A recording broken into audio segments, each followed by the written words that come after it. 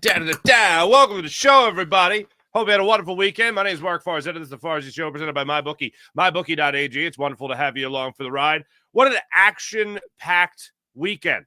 The Eagles hire a new quarterbacks coach, which, hey, go ahead and take over the Super Bowl champion, Super Bowl MVP, Jalen Hurts. Take over those responsibilities. First day. I like everything you're doing. Just keep doing it. I'll be over here if you need me. In all actuality, Scott Loeffler has a very impressive resume, and it's like they hire him, and like are they hiring an offensive coordinator or are they hiring a quarterbacks coach? Very qualified. Now, mostly at the college level, granted, but does have NFL experience. He won a bowl game with Temple as an offensive coordinator. All right, I went to Temple. Let me tell you, it was a long time since they won a bowl game before that. Okay. 79. This is when the last time they won a bowl game. 1979. And he won there under Steve Adazio. All right, that guy. So we'll get into that conversation, what's going to go on there, if anything, really. But I will say there's some fun facts about him. And he's worked with some pretty impressive quarterbacks in the past. So we'll talk about that. Also, the 76ers, per usual, last to find out what everybody else knows. Last to actually do what everybody else wants done. Finally shutting down Joel Embiid. Don't know what took him so long. The second your franchise player, which is still what he is, the second he says, I'm probably going to need another surgery, shut it down now. But no, they let it linger a little bit longer, and then they finally shut him down. Reaction to that, we'll get into that on today's show. And I just have this sneaky suspicion when I was checking in on the combine over the weekend. Abdul Carter is going to be a Philadelphia Eagle, right? Somehow, some way, it's just going to happen. The monster out of Penn State is, he's got a shoulder injury? Oh, no. Oh, he's got a foot injury? Oh, no. Slipping and sliding. Oh, my God, is that number? Is that 32nd overall? Oh, my God. Now, I say this somewhat tongue-in-cheek. But Jalen Carter, the Eagles, the world somehow allowed Jalen Carter to become a Philadelphia Eagle. How is that permitted? The Eagles got aggressive, went up and got Devontae Smith. Now, he wasn't really sliding in the draft, but wasn't supposed to happen. Just ask any Giants fan near you. And then Quenyon Mitchell, a guy projected to go around 10, is slipping and sliding on down to the Eagles in this past draft. So the upcoming NFL draft, Abdul Carter, maybe there'll be a run on quarterbacks. Maybe there'll be a run on offensive linemen. And then Abdul Carter comes on down to the Philadelphia Eagles. A guy can dream. If you had told me that Jalen Carter would have been a Philadelphia Eagle, I would have said you're crazy. If you would have told me that Quenyon Mitchell would have been a Philadelphia Eagle, I would have said you need to go and check yourself into some kind of asylum immediately because you are out of your damn mind. We'll get into that. A couple other things from the combine we'll get into from yesterday. And how about the Phillies, man? The Sixers won. And my message after the game on Locked On Sports Philadelphia, my message after the game was, we're not going to get many of these games where the Sixers play well and we can enjoy the way they played. They shoot the lights out, for crying out loud. They shot like 23% better from three than their season average. They shot 57%, over 57% from beyond the arc, like 57.4 or whatever it was, 50 from beyond the arc. Tyrese Maxey had 5 points, 11 rebounds against the Warriors in a game where also Steph Curry said he dunked his last dunk. It was his first dunk in 6 years. He's like, oh, that dunk really took it out of me the rest of the way. All right, whatever. But Maxey had 5 points. Going into the fourth quarter, Paul George had 5 points, I think it was, going into the fourth quarter, and then he finished with 17. So he finally got it going, at least at some point. Maxey, like I said, 11 assists to go along with those 5 points, but still 5 points. Quentin Grimes drops you 44 points. So I'm going to go ahead and just enjoy that. Gershon Yabusele and like Allen Iverson are like blowing kisses to one another or whatever that was. Like, we're not going to get many good basketball games to watch. And yes, I still very much want the Sixers to have a top 6 pick in the upcoming NBA draft. But every once in a while, if I get a shot to watch some good basketball, I'm going to enjoy the good basketball because I think it's going to be a long time before we see good basketball with on any regular basis in Philadelphia, unfortunately. And we'll get into it, like I said, how we're going to cover Joel Embiid and all that stuff. But it was a fun game to watch over the weekend. And then back to the Phillies. Like I said, action-packed weekend. Phillies have 7 guys going for the rotation. 7 guys. Obviously, Zach Wheeler, Aaron Nola, Ranger Suarez, Jesus Luzardo, Christopher Sanchez, Andrew Painter, Taijuan Walker. 1, 2, 3, 4, 5, 6, 7 guys. Rob Thompson said something over the weekend. It was along the lines of best guy's going to get it. I would doubt that the Phillies will go into a 6-man rotation. So I think they're going to stick with 5 guys. I mean, I think that's just what they're going to do. I think most people are already putting Taijuan Walker in the bullpen. I think a lot of people aren't really impressed with how Ranger Suarez finished his season last year. When I say finished, the last, 3 months of the season? So really good for a half year and then not so good the rest of it. I love the idea that people blaming his family finally coming to the United States, throwing him off his game. Maybe, I don't know, just didn't look healthy the second half of the season, even close. But some people might be putting him in the bullpen already. Christopher Sanchez, some people could be voting for him to go in the bullpen. He signed his contract, and then things went to hell for him last year. But aside from Rob Thompson just saying that the best guys are going to get in, and that's the way it should be, perform well in spring training and win your job, especially if you got 7 guys competing for what only has 5 spots. But I liked what JT Realmuto said. I think it was yesterday during an interview. He said, I feel like we have a number 1 starter and maybe 4 number 2s. All right. We'll get into some of the good signs there that we saw in spring training yesterday. Alec Boehm hitting 2 home runs. Bryce Harper getting a couple of hits. You also had a 97-mile-per-hour fastball, almost 98 from Jesus Luzardo. That's up 2 miles per hour from last year. Christopher Sanchez also popping the mitt at 98 miles per hour with a sinker. All right. Keep on humming it in there, fellas. Yeah, we got a lot to get into today, but thanks for joining me. This is the Farzi Show presented by MyBookie, mybookie.ag. Let's start it off with the news that kind of kicked off the weekend, and that was the hiring of Scott Leffler to be the Eagles' new quarterbacks coach. Now, listen to this resume. First off, he played at Michigan. When he was a senior, this guy, Tom Brady, was a freshman. I don't know whatever happened to him, but anyway. So they were at Michigan at the same time, whatever. He was a graduate assistant at Michigan. Then he was also he was at Michigan as a quarterbacks coach at Central Michigan and then actually Michigan. Then he went to the Detroit Lions. This is his experience in the NFL. The Detroit Lions. He was with the Detroit Lions in 2008.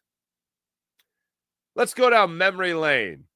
Do you know who the quarterbacks were for the Detroit Lions in 2008? I was trying to go back to it just off the top of my head, and I was like, is that Joey Harrington? Was that the Joey Harrington era? It was not. It was better. It was, here are the quarterbacks. The last time he was in the NFL in 2008, his quarterbacks were Dan Orlovsky, John Kitna, Drew Stanton, Drew Henson, and Dante Culpepper. You have Dante Culpepper on your bingo card today, did ya? By the way, Dan Orlovsky led that team, that 2008 Detroit Lions team, with 7 starts. I'll have to reach out to Dan, see what he's up to. So that's his experience. Then he went to Florida, worked with Tim Tebow. How about that? He was at Temple in 2011, as I mentioned, as the offensive coordinator and quarterbacks coach. He was at Auburn. 1 year at Auburn. They were terrible. I think they were 3-9. Trey Mason was the running back of that team. 2013 to 2015 at Virginia Tech, he was also the offensive coordinator. Then it was at Bowling Green, at Boston College, where he's also the offensive coordinator aside from just a quarterbacks coach. And then last 6 years, he's been at Bowling Green as the head coach. When I looked at this resume, I mean, obviously it's mostly college stuff, but a lot of experience as an offensive coordinator. A lot of experience. I mean, head coach calling plays. Former college quarterback at a pretty nice school there at Michigan. I mean, let's live in this world for just a second. So the Eagles had Shane Steichen for 2 years. The Eagles had Brian Johnson for a year. The Eagles had Kellen Moore for a year and won a Super Bowl. Now he's out. Now you got a Super Bowl winning quarterback, an MVP quarterback. Now you got a hell of an offense. You still have a hell of a team in general. I still bank on the Eagles re-signing Zach Bond. I think that's their number one priority. So Kevin Patullo is going to look pretty good. Pretty good. Most likely as an offensive coordinator. He's probably going to get some interviews after this season. When the Eagles decided to retain Nick Sirianni and bring in new offensive coach, new defensive coordinator, new offensive coordinator, I had said you're stepping into a vicious cycle. Or maybe even you're continuing a vicious cycle. But yeah, Jalen Hurts is a really good quarterback, and I've always said that. I've never been on the bandwagon of he sucks. Get rid of him. He's not a franchise guy. I've always supported Jalen Hurts. The only thing I could ever be construed as negative about whether or not I want him as a quarterback is the day he was drafted, and it was more about that was even more. It was about the philosophy and not the player. So, are we stepping into another season of one and done with an offensive coordinator? Because Patullo is going to look good because this offense is going to be good. And if the Eagles have another great run or, hey, back-to-back Super Bowls, let's go ahead and continue the positive vibes, then Kevin Patullo is going to get interviews. And then what? Kevin Patullo is going to leave and be a head coach? Well, if that does happen, it seems as if the Eagles are hiring a quarterback's coach, not just, hey, let's break you in at the NFL level type job. But, oh, yeah, sure, let's break you in. But you got experience calling plays? Do you? Albeit at the college level, you're a head coach at the college level. You got experience on that headset. You got experience with that play sheet. You got experience in game planning. Now let's break in at the NFL level even more with all this experience that you have. You're talking about from 2005, 2006, 2007, and then to now, you're coaching. That's a pretty nice. That's pretty good for Scott Loeffler. Also, guy's got a set of cojones on him, I must say. Who was I reading? I was reading the Inquirer. At Bowling Green, he had this fake punt. Now, this is like, wow, a fake punt. The Eagles made the right hire. No. But one of the things we've heard on repeat from Nick Sirianni, aside from you can't be great without the greatness of others, is detail. Attention to detail, little details. Came up last week when we were talking about the tush push at nauseum. But attention to detail. What jumped out to me was not that he was just some head coach that called a fake punt in Scott Loeffler at Bowling Green, but the attention to detail. He ran a fake punt with his third string quarterback as the punter. Okay. All right. But the genius of this is the attention to detail. He had his third string quarterback change his number to the punter was 19 and he had his third string quarterback change his number to 18. So they looked similar. And he also had his third string quarterback wear the same white tights that his punter wore. So in essence, he dressed up his third string quarterback like his punter to be able to pull off this fake punt if he had any situation where he needed to. And it worked. They scored. They got a touchdown. It wasn't a touchdown. It was a 50-yard pass or something like that. But it worked is the bottom line. To perfection. It was a bomb. I think it was a touchdown. But the attention to detail to that. All right, wear the same number and get those tights on so you look just like our punter. That's the detail. Found that to be very, very interesting about Scott Loeffler, the Eagles' new quarterbacks coach. Now, again, step into that vicious cycle with me again for a second here, and you're talking about potentially a guy that could be taking over as the offensive coordinator at the end of this season. The upcoming season. By the way, the NFL year starts. Holy Stromboli. I know we're at the combine and all that type jazz, but you're looking at the schedule here. Franchise tags can be applied tomorrow, March 4th.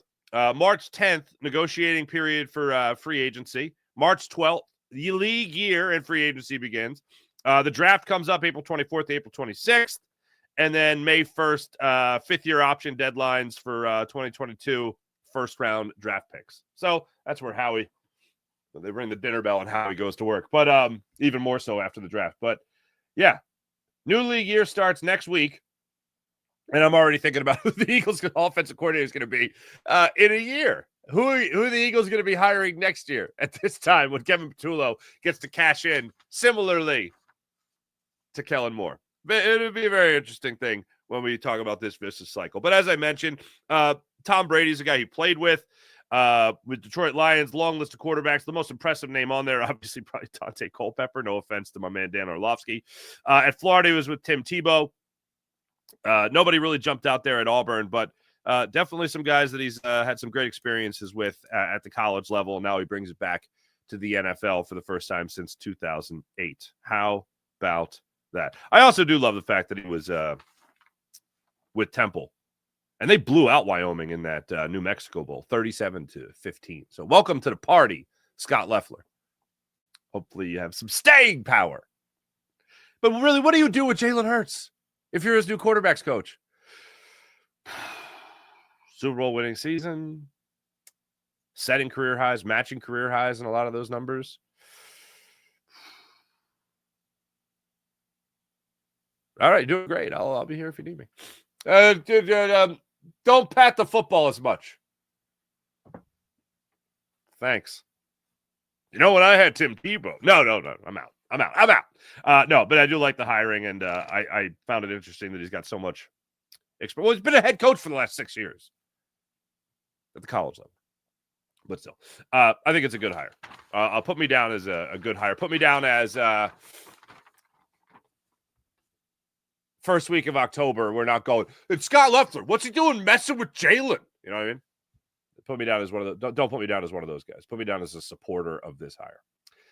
I already kind of laid it out for you how Abdul Carter becomes a Philadelphia Eagle. Shoulder injury, foot injury, Philadelphia Eagle. Well, sorry. Shoulder injury, foot injury, slip and sliding. Howie gets him. Goes and get him. So, yeah, he's going to be an Eagle. Book it. Joel Embiid. Did I lose you already? Okay. Joel Embiid.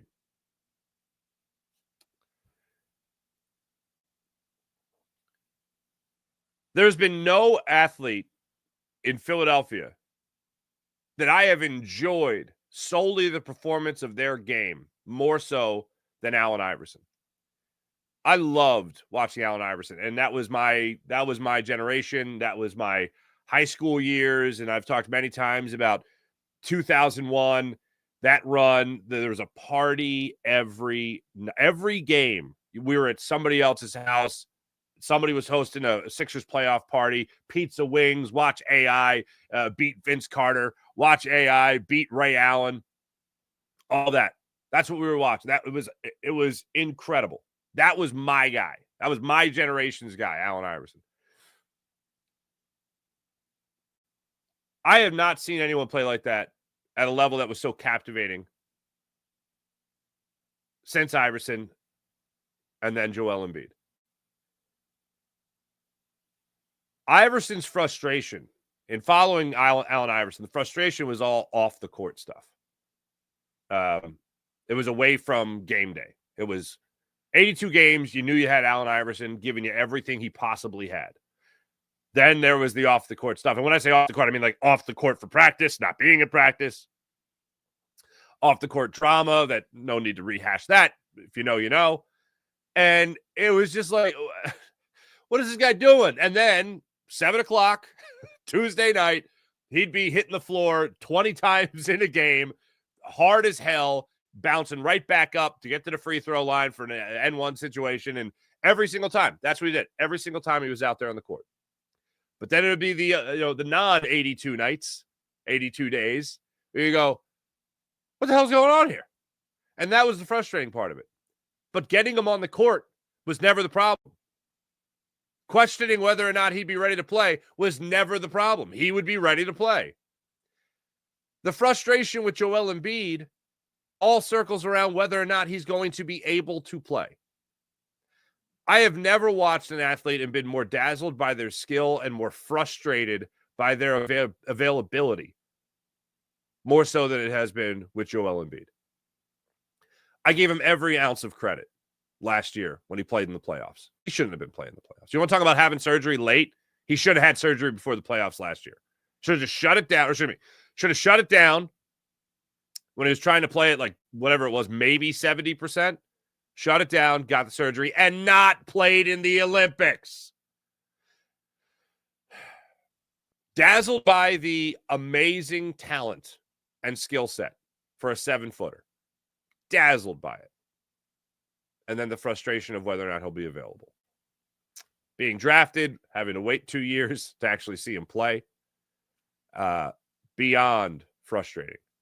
And now, you close out last year the way you did. You hear about him being 70, 75 maybe % playing in the playoffs last year. You see him grabbing his knee. You know about he's having Bell's palsy in the playoffs.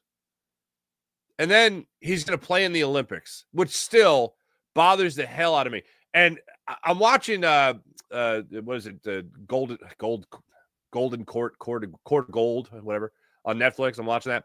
And I'm seeing Joel Embiid play for Team USA. And I'm seeing him have this great time and like smiling and all that. And I'm only a couple episodes in. But I'm just so frustrated now knowing how this season ended for him, at least. And I'm thinking, I continue not to feel vindicated by any means, but at least I felt like I was on the right track when I was talking about how this is his only chance to win a championship. And he knew it.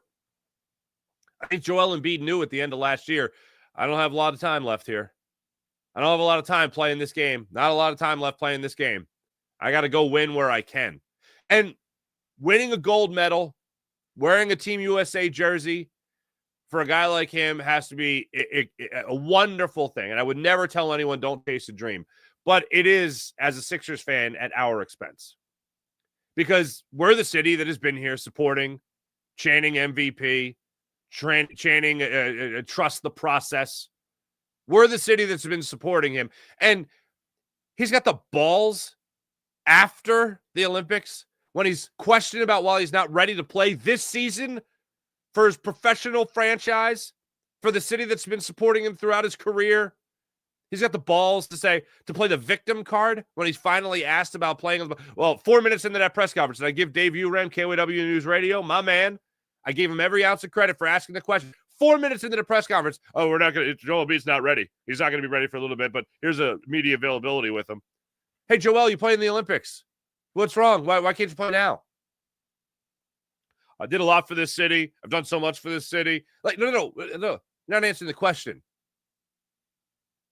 You're going to play the victim card when you're finally asked the real question that people want to know. You played in the Olympics, but you can't play this year?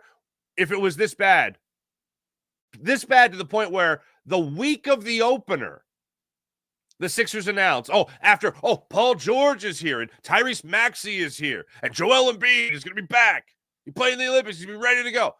The week of, we already knew Paul George couldn't play because of what happened in the preseason with his hyperextended knee. Now Joel Embiid can't play? Joe, how are you not ready? Okay. And then we go through the season, and we see these guys play 13 games together, 14 games together. And then Joel Embiid tells you, probably going to need another surgery. I'm not close to 100%. And you take a week to think about it. I just don't. I feel so. I have a soft spot. I really do for Sixers fans because they bought into it. And rightfully, hey, I believed in I'm tired of hey, look, all the respect in the world to Andre Iguodala, but he was never a number one. Hell of a player, just never a number one. I'm done with the basketball limbo, the basketball purgatory. Shut it down, rebuild it. Let's get something special here. And then we know the history lesson of the process, so we won't go there. But oh my God, for it to end like this, and this is exactly how it could end. What do you have? You have Tyrese Maxey. You have some great signs from very early stages of the career of Jared McCain. What else you got? Well, the Sixers' next best option was to just shut down Joel Embiid, albeit a half a season plus too late. 60 games too late? Shut him down and then try to go for that top 6 pick. Here's what I want to see. All in all, I want to see the 76ers lose as many games as possible between now and the end of the year. If I could fish a wish and just get that top pick, I'll get that top pick. On the other side of that, what I would also love to see, and this goes against, I think, how most people feel. There's 2 options here. One, you just tank, you be terrible again, and you get the top 6 pick. The other side of it is, all right, let me see what you got, Tyrese Maxey. Last week, he talked about how he can't just show up and lose. He can't just be somebody that laces up his shoes with the intent to go out there and lose. All right. Go for it. Let's see you lead this team. Let's see you lead this team to the play-in tournament. Let's see you lead this team to actually win a play-in tournament. And, yeah, sure, get knocked out against the Celtics or whatever in the first round of the actual playoffs. But show me you can lead this team. Because midway through the summer, maybe even before that, we could be hearing about a retirement for Joel Embiid. Now, I know a lot of people, they'll just say, I'll take the pick. Give me the top pick. Put it in my back pocket. I'll take that. I already know Tyrese Maxey's good. Yeah, but do you know Tyrese Maxey can win? Because here's one thing that I'm adamantly against just tanking for. Not a process, just tanking. You've already had so much losing with intent. Should it change the overall objective right now, all these years later? No, it shouldn't. That's the isolated incident. Do something different. But you have already done so much losing as a franchise that your culture is a culture of losing.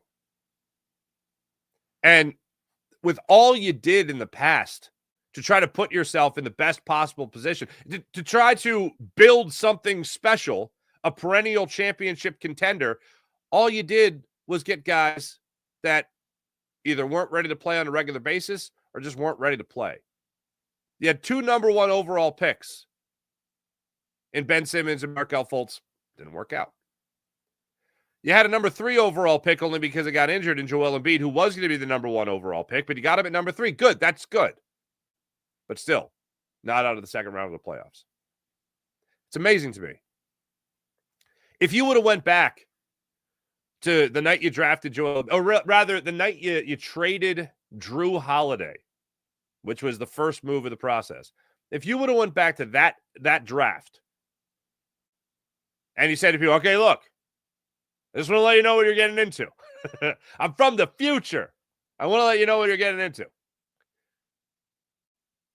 This guy, Joel Embiid's barely going to be available, but he's going to win an MVP and compete for many.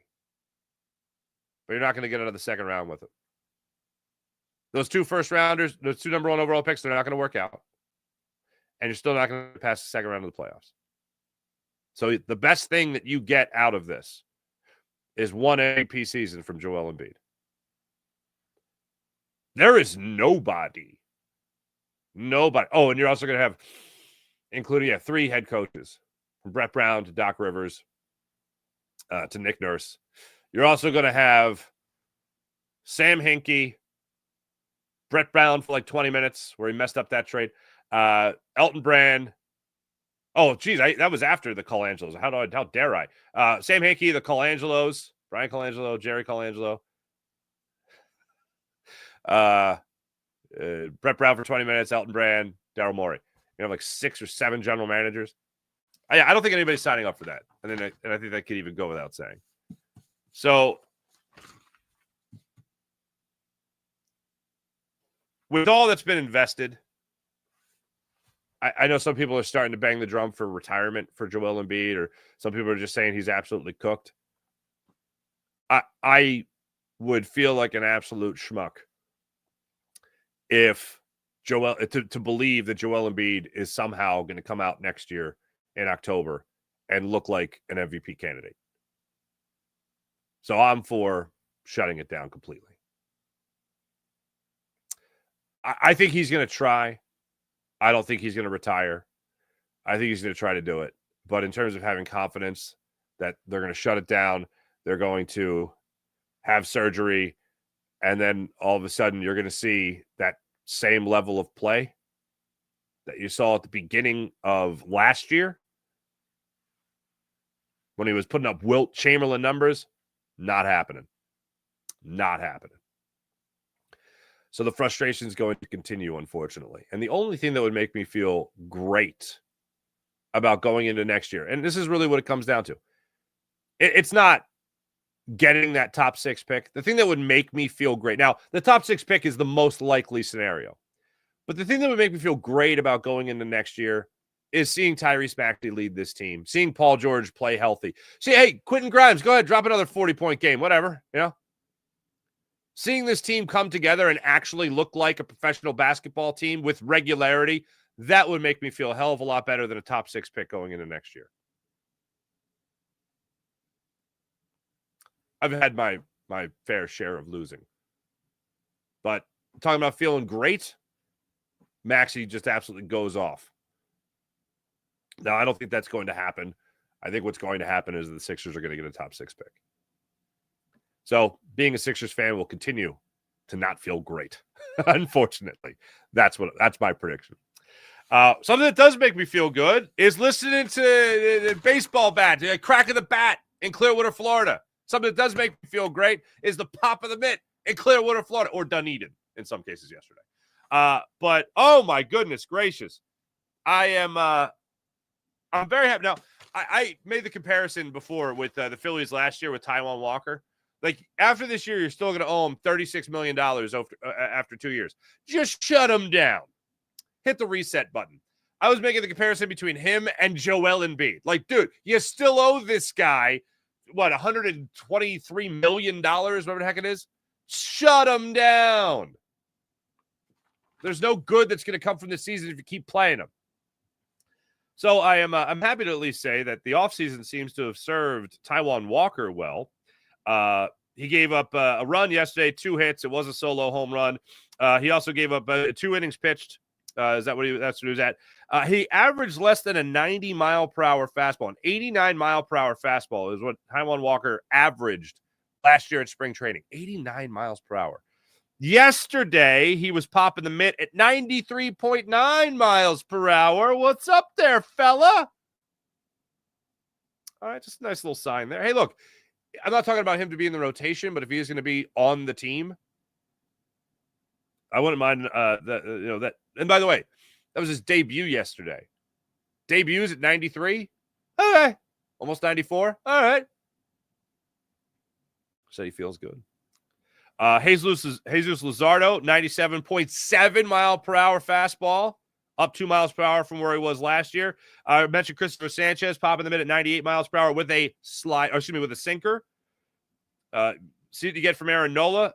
Zach Wheeler had his debut. He starts again tomorrow. And then Ranger Suarez will make his spring training debut tomorrow after Zach Wheeler. So it'll be Wheeler, then Suarez pitching in the same game tomorrow. Andrew Painter, see what you get from him. These are guys all competing. Five starter spots, 7 starters. So who's going to the bullpen? Who's staying in the rotation? Look, I know I just talked about Taijuan Walker, but my confidence level in the Phillies competing for an NL East title with the Braves and the Mets, my confidence level is highest when talking about the starting pitching of this team. What's the best part about this Philly? The rotation is pretty damn good. I got 7 guys out there that could be starters. The way I mentioned it earlier, JT Realmuto talked about it. He said over the weekend, I feel like we have a number 1 starter and maybe 4 number 2s. Talk about trust issues with the 76ers. I got major trust issues with the Phillies offense. How you go from the powerhouse that you were in the first 2 months of the season to a couple weeks before London You go to Colorado, and the wheels fall off. San Francisco, the wheels fall off. You go to London, and everyone says after that, the wheels fall off. It was pretty much before that, where your offense just took a nosedive. In the playoffs, JT Realmuto. Like, here's the thing. If you're eyeing up the playoffs this year, and that's obviously the goal, one of the major changes, unfortunately, and it's going to affect the pitching staff, one of the major changes, unfortunately, is the fact that JT Realmuto, you can't plan on him to be playing every day. And the idea of him playing in the outfield or playing first base, no. If you're going to just try to keep him in the lineup, then DH. Have him DH. But if he's not catching, he shouldn't be playing in the field. Give him that rest. And that's why I look at a guy like Rafael Marchand as the guy that's most likely going to be his backup catcher, because you can't just have JT Realmuto play 130, 140, 150 games. You have to have somebody else going out there making sure that you're spelling him. You have to have a, what was it? John Marzano used to say that when he was in Boston, he was an NFL player. He played once a week. Like, that's how they tease the guys that are the platoon, not platoon guys, but tease the guys that are the distant backups, I call them, down there in the depth chart. Yeah, you're going to get in there to play every Sunday. It's going to be a day game in 100-degree heat. Get out there. You need someone to play at least once or twice a week for JT Realmuto. And the point of that is you're going to need him in the playoffs. Now, I know some people might say, the playoffs with the Phillies? Are you kidding me? Oh, what do? You're going to go through the season just trying to lollygag it? You're going to go through the season not trying to make the playoffs? No, you're going to go through the season trying to make the playoffs. But again, going back to my trust issues, you go to the lineup. As hot as the Phillies can be, you just have this feeling they're going to go ice cold at some point.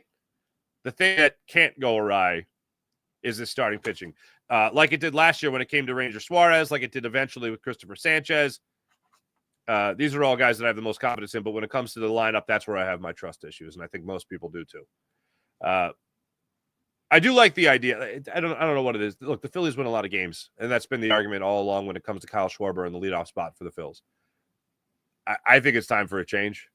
I think something's got to change in this lineup. When Trey Turner signed here, my first thought was leadoff guy. He's got to lead off. I would love for him to lead off and then Kyle Schwarber bat second. You have to pitch to Kyle Schwarber because Bryce Harper is coming up behind him. Yes, please. Kyle Schwarber 2-run home runs, please. That's what I wanted when the Phillies signed Trey Turner. Trey Turner took a nosedive in his first 4 months as a Philly before he finally got the ship right. But there is something very exciting to me about Trey Turner leading off, getting on second base for Kyle Schwarber, walking him. You know what are you going to do? Walk him to get the Harper? That's not a good idea. Having to pitch to him, that's a better idea. I love it. That's one major change I want to see with the Phils.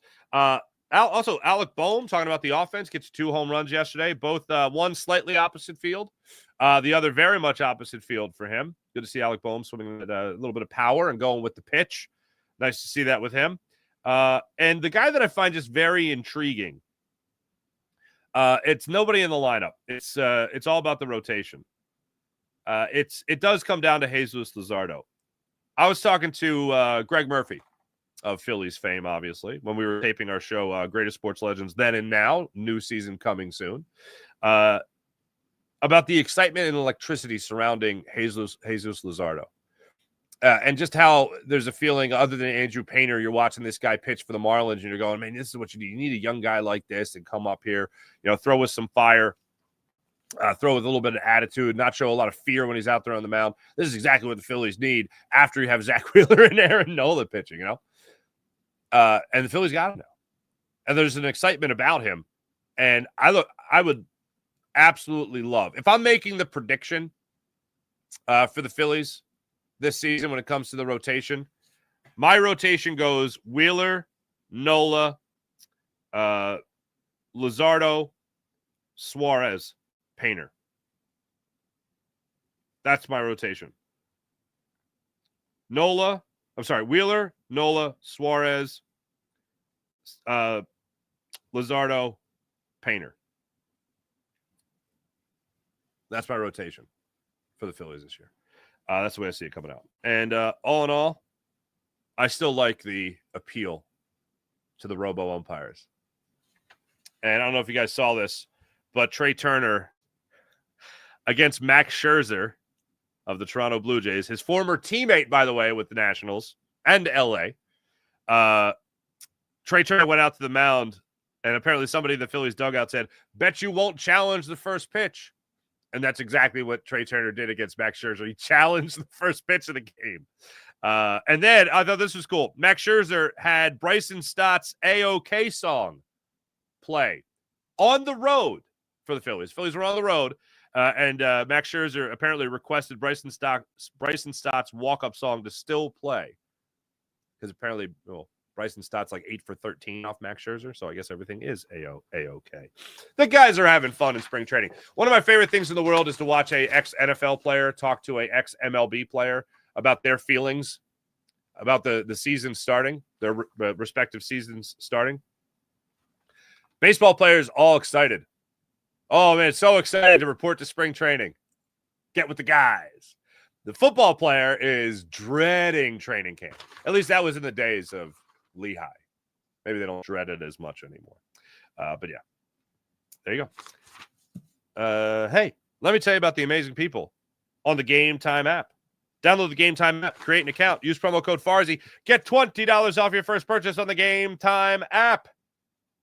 Want to go to the game? Want to go to the concert? Want to go to the comedy show? Download the Game Time app, create an account, use promo code Farzy, get $20 off your first purchase on the Game Time app. They have last-minute ticket deals, flash ticket deals. They even have ticket deals for an hour after the event starts. And let's not forget about Game Time Picks. On Game Time Picks, you know what you got? You can filter out all the fluff when you use the Game Time Picks feature on the Game Time app. That gets you right down to it. The best seats at the best prices on the Game Time app. So download the Game Time app, create an account, use promo code Farzy, get $20 off your first purchase. What time is it? Game time. How about PHL Sports Nation, Philadelphia Sports Nation, enhancing your Philadelphia sports fan experience across all social media and blogs. That's PHLSportsNation.com. Before I get into the chat check, two more things I want to make sure I got to use, guys. But I mentioned Abdul Carter. He's going to be an Eagle. Anthony Belton out of North Carolina State, out of NC State, has a top 30 visit scheduled for April with the Philadelphia Eagles. He's a offensive tackle. Nicknamed him the Escalade because he's so big and moves so well. 6'5", 345. During his interview with Combine, when he was asked about Jeff Stoutland and playing with the Eagles, he said it would be a, quote, blessing to play with Jeff Stoutland. He also calls himself a ball player. I like that. That's referring to the versatility. He's an offensive tackle. He's a true offensive tackle, but he can play guard, says him. So let's hope that's the case. Also, who else was it? Charles Grant. Eagles met with Charles Grant as well out of William & Mary, a wrestler and a Cowboys fan. So, well, he obviously has got to get his mind right if he's going to play in Philadelphia. So just a couple of guys that the Eagles talked to at the draft. I mentioned they talked to the tight ends last week.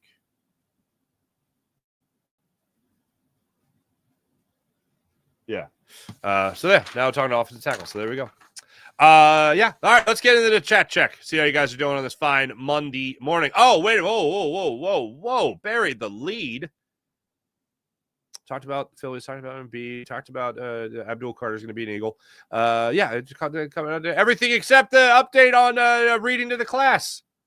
Read to my daughter's kindergarten class, little kindergarten class. And I don't want to brag, but I did my best tight 15 and crushed it. Although I read a book called Strega Nona, which is about this old Italian lady, right? And the old Italian lady, she has this magic pasta pot and it makes pasta, and it's got a spell on it. And basically what happened, I'll ruin the ending for you. But the pasta pot at one point, it doesn't stop making pasta. It just keeps making pasta because somebody didn't say the spell right. So this guy, the guy, Big Anthony is his character name. He's got to eat all the pasta because he didn't say the right spell. He didn't listen to Strega Nona, so now he's got to eat all this pasta, which to me actually sounds like a reward, not a punishment, but whatever.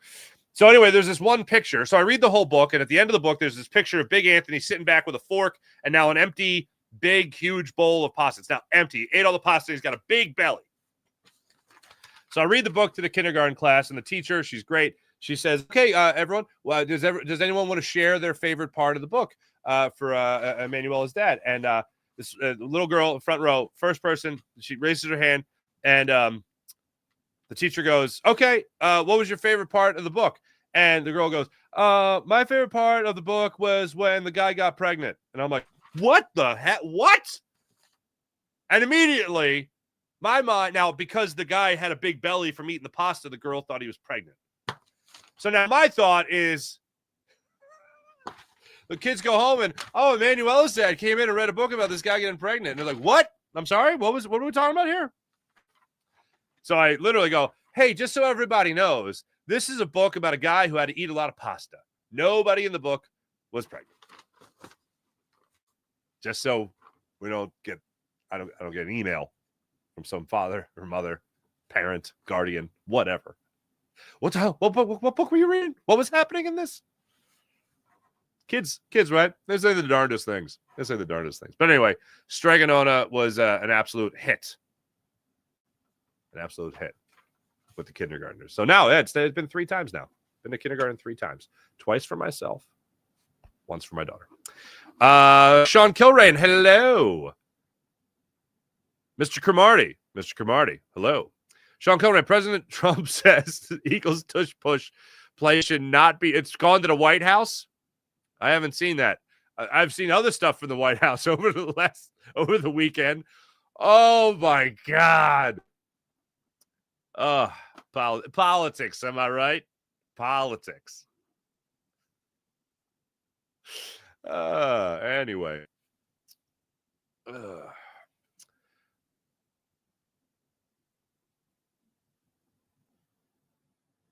Continue. Sean Kelly, continue your comment. It's. Here's the thing. Everyone talks about how dangerous tush push is, and I look at it and I go, "That's dangerous," but it's not that dangerous. Really not that dangerous. Bob Ziegler, NBA trash. I know, right? Sean Gillespie, hello, good morning. Walker isn't making the roster. He can't pitch out of the bullpen, and he's up to a whopping 92.3. There you go. Painter isn't pitching till August. Yep. Wayne the Pain. Good morning, you sports knuckleheads. Yeah, Painter is slightly delayed, unfortunately. Must be able to keep our offense coordinators, quarterback. Why Niners won? Hey, what's going on? Sean Gillespie, must be some way to keep our offense coordinators, quarterback coach here at least for 2 years. Need to show them what happened to Belichick's subordinates, right?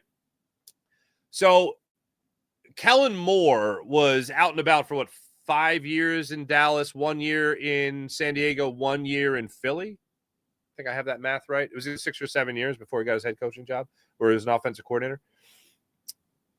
If you're hiring a head coach next year, let's say that the Eagles won a Super Bowl, all right, they won a second Super Bowl in as many years, back-to-back Super Bowls. Are you really going to look at Kevin Patullo as if he's the guy that has all the answers, or are you going to look at him as a guy that was in a great situation? Now, look, it's obvious that he's going to be in a great situation, but he didn't get in the way of it. And he was the passing game coordinator when the Eagles won the Super Bowl and the associate head coach. So that's already there. Passing game coordinator, associate head coach on a Super Bowl winning team. Now he's going to be the offensive coordinator of a team that is going to be pretty damn good next season. Objectively, you could look at it and say, oh, well, how much did he really have to do with it as an offensive coordinator if he already inherited a great situation? Well, he was already part of the great situation before. So other NFL teams might look at it and say he needs more time. He needs more fermenting before he becomes a head coach. Jonathan Gannon. Sorry to mention him. He's a head coach. He had to wait an extra year or two before getting that. Everyone was already ordaining him the golden boy on the defensive side of the football, which is crazy. And then Kellen Moore had to wait as long as he did before he became a head coach, including an interview with the Eagles. So,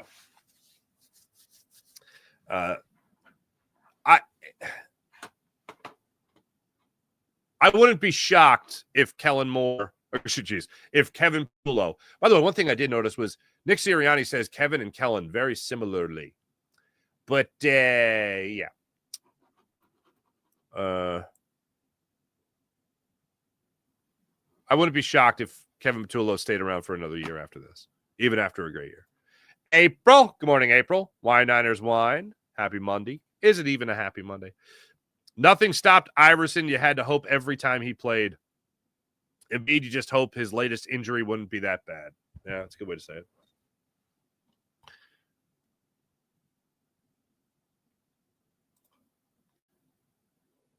Here's the hoping. Got my gallbladder out. Whoa.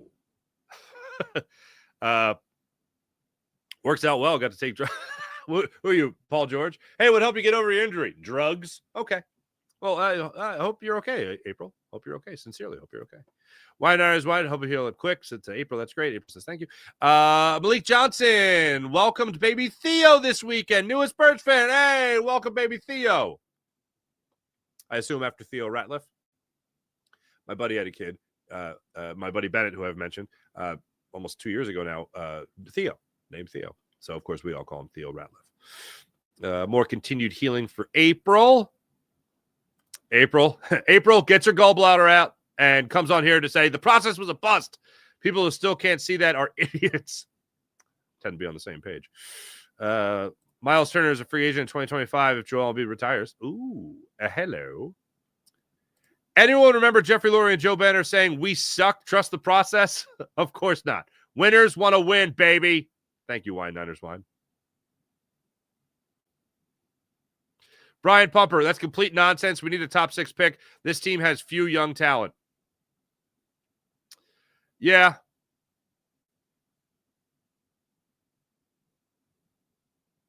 I would still love to see Maxey go on a run. I'd love to see a Maxey run. Now, I don't think we're going to see it, so I'm going to say, yes, let's go ahead and get that top 6 pick. Watch the Sixers get a top 6 pick and then trade it. Flyers are 27, 26, and 8. Why aren't they getting more airtime than the Sixers? Well, I do love me some hockey. That's right. They bounced back. Oh, my God. That's right. Oh, what's wrong with me? Fedotov had 29 saves. Was it Mishkov with both goals? Oh, he scored in the shootout. That's right. He had that sick goal. I remember I saw the highlights. The sick goal in the shootout. But yeah, let's go Flyers. And that concludes that. Sean Gillespie, hello. So many negative intangibles that stay with you when you give up. That stays with you. That pretty much. Awesome to watch baseball yesterday. The Wings are still 5-6. Wings back home this weekend.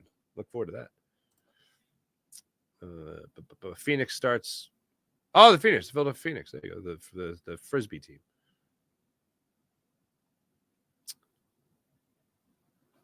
Union 2-1, off to a great start. Guy from NC State sounds like a big dude. He is. Again, 6'5", 345. Anthony Belton. Gabriel Racones Jr. Yes. Would love to see him make the team, as would I. Spoiler alert. Jeez, I know. I'm sorry I ruined Strega Nona for you. They also have a prequel. It's Tommy DePaulo, if you're familiar. DePaulo? Tommy DePaulo. I think it's DePaulo. Yeah, he wrote it. I like Tommy. I wrote. My dad would always read to us.